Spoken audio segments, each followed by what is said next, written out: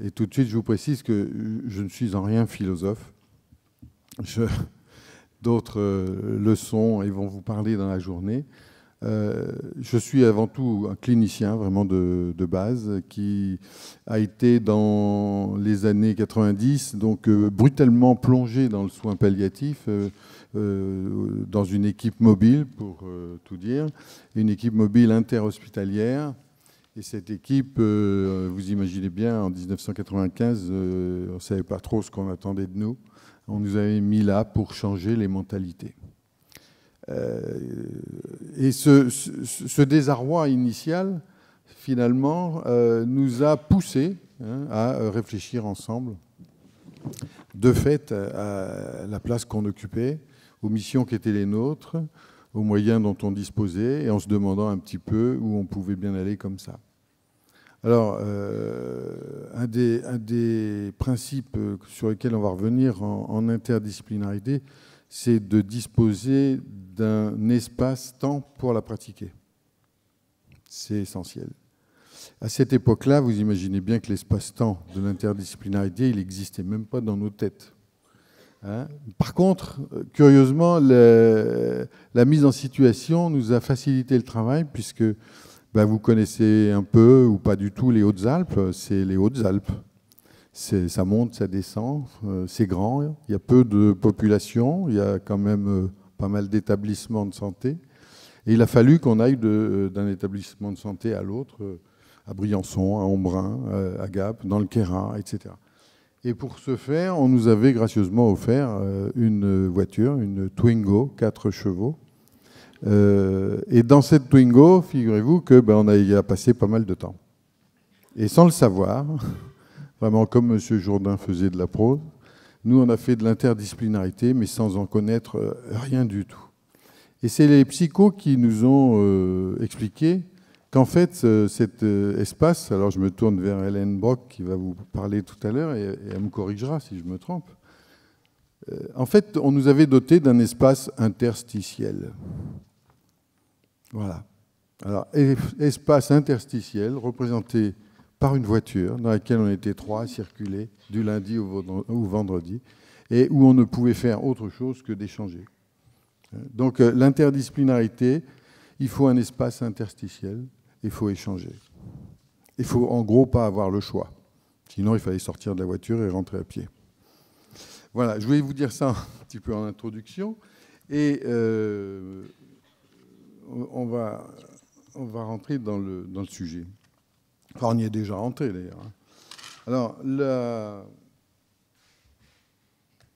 j'ai voulu faire référence aussi un petit peu à nos origines. Vous connaissez tous nos origines, c'est la circulaire de 1986. Et c'est frappant parce qu'en 1986, le mot interdisciplinarité n'existe pas. Il ne figure nulle part. Il ne figure pas dans la circulaire de 1986 et il ne figure même pas dans les conclusions du groupe de travail qui a aidé à la rédaction de cette circulaire. Mais vous regardez bien, vous lisez un peu, et vous apercevez que les éléments forts de l'interdisciplinarité y sont déjà. Les équipes de soins palliatifs sont nécessairement pluridisciplinaires. Elles doivent être formées à un type particulier de relations. Donc ça, c'est quoi ces relations auxquelles on doit être formé? Alors, en 86, quand même, ça ne date pas d'hier. Il est rappelé que les relations dans l'équipe sont facilitées par des réunions. Il faut se réunir. Encore aujourd'hui, les gens qui se réunissent, ils sont accusés par ceux qui ne sont pas réunis d'avoir perdu leur temps. C'est classique, ça. Il vaut mieux être en réunion, parce que c'est au moins en réunion, on ne fout rien, quoi.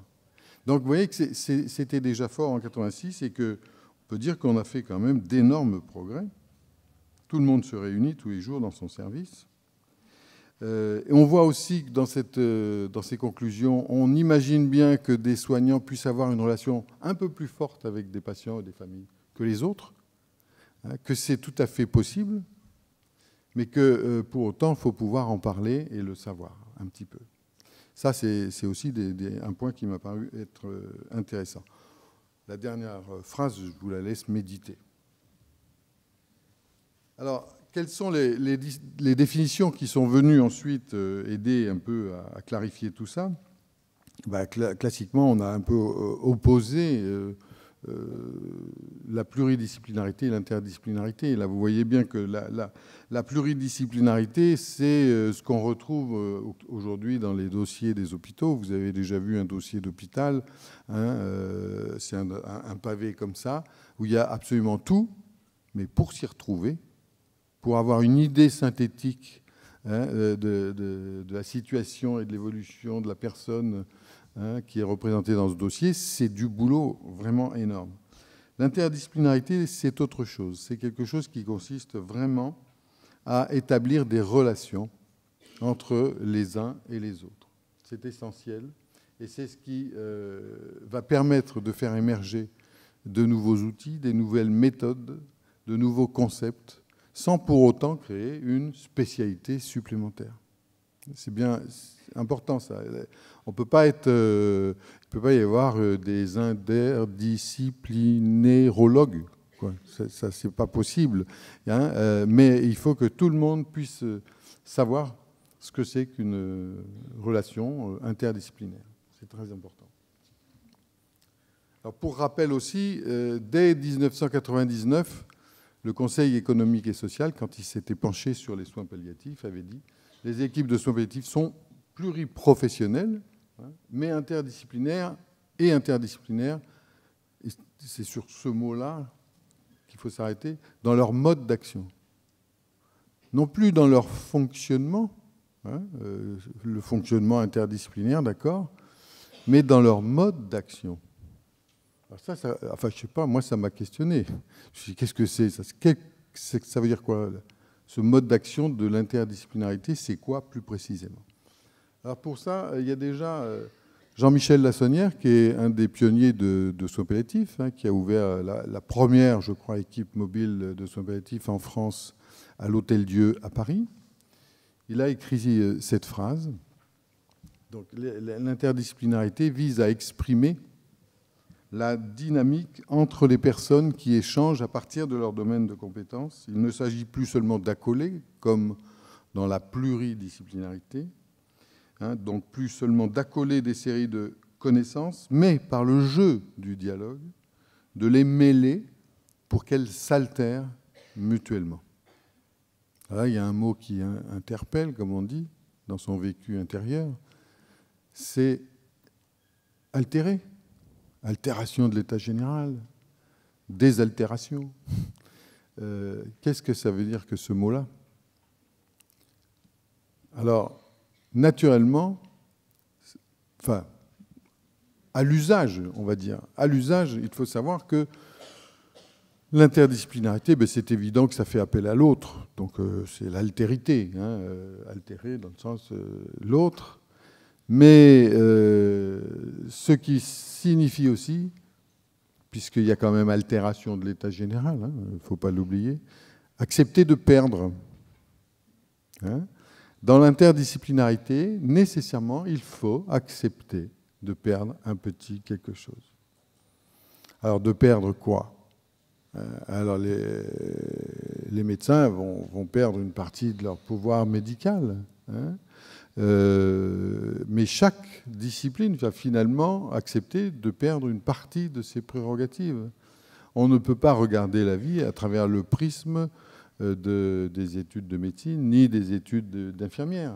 La réalité ne se résume pas à la vision qu'en ont les psychologues, les assistantes sociales ou d'autres.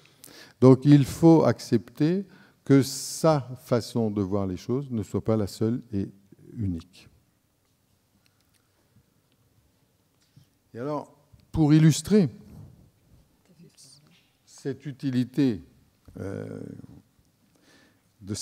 l'utilité de cette pratique, j'ai remis un petit peu comme ça, en vrac, un peu quelques éléments, et pour surtout montrer qu'aujourd'hui, la médecine est devenue. Alors, je ne sais pas bien faire les animations avec les PowerPoint. Ça aurait dû arriver... Poum, poum, poum, poum. Je ne contrôle pas ça. Alors donc, j'ai tout mis en vrac. Je vais essayer de vous expliquer. Donc le triangle au milieu, c'est la relation soignant-malade depuis les origines. Et on sait bien qu'il y a le malade d'un côté, le soignant de l'autre, et puis entière, là, qui surgit, qui fait intrusion dans le corps, la maladie, la défaillance, le handicap. Et pendant longtemps, c'est ce trio qui a fonctionné avec, il faut bien le reconnaître, peu de moyens, les saignées, les lavements, pendant des siècles et des siècles.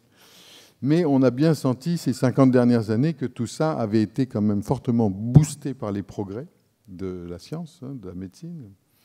Et on a incorporé beaucoup de savoirs scientifiques, nécessité de faire beaucoup d'informations, etc., etc. Bon. Mais ce n'est pas tout. Donc, il y a déjà cette complexité en soi de la maladie, de la défaillance, du handicap. Il y a évidemment aujourd'hui un imaginaire social très fort concernant la médecine. Vous l'avez tous remarqué dans vos pratiques. On attend énormément de la médecine. On attend des miracles. Vous savez qu'il y a des scientifiques aujourd'hui qui n'hésitent pas à parler de immortalité. Quand même, hein. Il y en a qui travaillent sur l'immortalité, carrément. Donc, vous imaginez quel genre d'imaginaire ça véhicule dans les esprits de chacun d'entre nous. Donc la famille, évidemment, n'est pas épargnée. Et cette famille et ce patient, confronté à une maladie, accepte difficilement de se préparer tout simplement à disparaître et à mourir. Donc il y a vraiment une influence très forte de ce côté-là. De l'autre côté, bien sûr, dans nos quotidiens, il y a les contraintes financières, qui peut y échapper. Donc, ça met à mal quand même beaucoup d'idéals de soins qu'on a tous en nous et qui sont soumis quand même à rude épreuve. Et puis, avec tout ça, vous avez vu là en haut, il y a cette multiplicité d'intervenants, cette fameuse pluridisciplinarité qui fait que les dossiers deviennent de plus en plus épais, complexes. Et nous, chacun d'entre nous, on intervient à un temps T. On ne connaissait pas le patient avant, on va s'en occuper pendant 10 jours, 15 jours, éventuellement, puis après il va changer, il va aller ailleurs. Enfin bref, on intervient dans un parcours de soins. Tout ça étant modulé largement par ce qu'on peut appeler les effets placebo, nocebo de toute forme de relation thérapeutique que vous connaissez aussi. Voilà, ça c'est un peu la vision, le théâtre sur lequel nous évoluons au quotidien. Et comme vous le savez, le soin palliatif ne s'adresse pas à un temps particulier de la vie, à des circonstances particulières, à des organes particuliers. Il s'intéresse un petit peu à tout, il est parfaitement transversal. Je ne voudrais pas qu'on critique la médecine d'aujourd'hui, celle qui nous a fait faire des progrès. Les clivages sont absolument nécessaires pour étudier, pour faire progresser la science. Aujourd'hui, vous avez des spécialistes des nanoparticules, des nanoréactions chimiques ou je ne sais quoi. Vous avez le spécialiste du faisceau de His en cardiologie et le spécialiste de l'oreillette. Vous avez, vous savez tout ça par cœur. Je crois qu'il faut à la fois intégrer cette hyper-spécialité, mais en même temps bien comprendre que tout ça, ça n'est que de la réduction pour des commodités scientifiques. La vision vraiment de la vie, il faut qu'elle soit plus globale que ça. Donc respectons les frontières des disciplines, mais sachons voir un petit peu au-delà quand on est confronté surtout à des situations complexes. Et alors, voilà, une première petite conclusion. Pour faire face à une telle complexité, l'interdisciplinarité n'est pas décrétée comme une obligation, mais je crois que tout simplement, elle est absolument indispensable. Donc, on n'a pas le choix. Il faut y aller. Alors, je reviens sur ce Conseil économique et social qui nous met dans l'embarras, ce qui nous dit l'interdisciplinarité comme mode d'action. Alors, ce qui dit mode d'action dit qu'il faut bien qu'on ait une idée de l'endroit où on veut aller. Quels sont les objectifs, finalement, de l'interdisciplinarité? Ça, on peut chercher dans les bouquins, ça n'existe pas. On ne trouve pas ça. Et donc, c'est pour ça que ce que j'ai écrit là, c'est des propositions, évidemment non exhaustives, et elles sont amendées, critiquées, etc. Donc,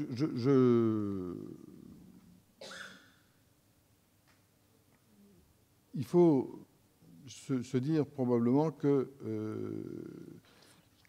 dans le micro, oui c'est mieux, hein, pardon, vous êtes là en plus, je suis désolé, mais l'écran il est là. Bon, je vais faire comme je peux. Hein. Donc, oui, ce que je voulais dire, c'est que l'objectif de l'interdisciplinarité vise quand même la prise en charge. On y reviendra dans une diapo un peu plus tard. Mais je crois que ce qu'il faut, c'est savoir pourquoi on le fait quand même. Alors, construire une cohérence, une cohésion d'équipe, bon, ça paraît quand même assez simple. Appréhender au mieux les situations, la complexité des situations cliniques, ça, on l'a vu.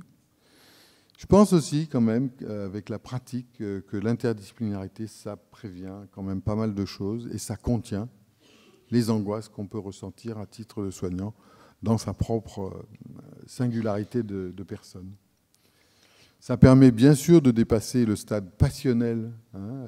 Les situations cliniques, on oublie trop souvent que c'est comme un miroir, ça nous renvoie un certain nombre de choses et que les premières réactions qu'on peut avoir, c'est des réactions passionnelles.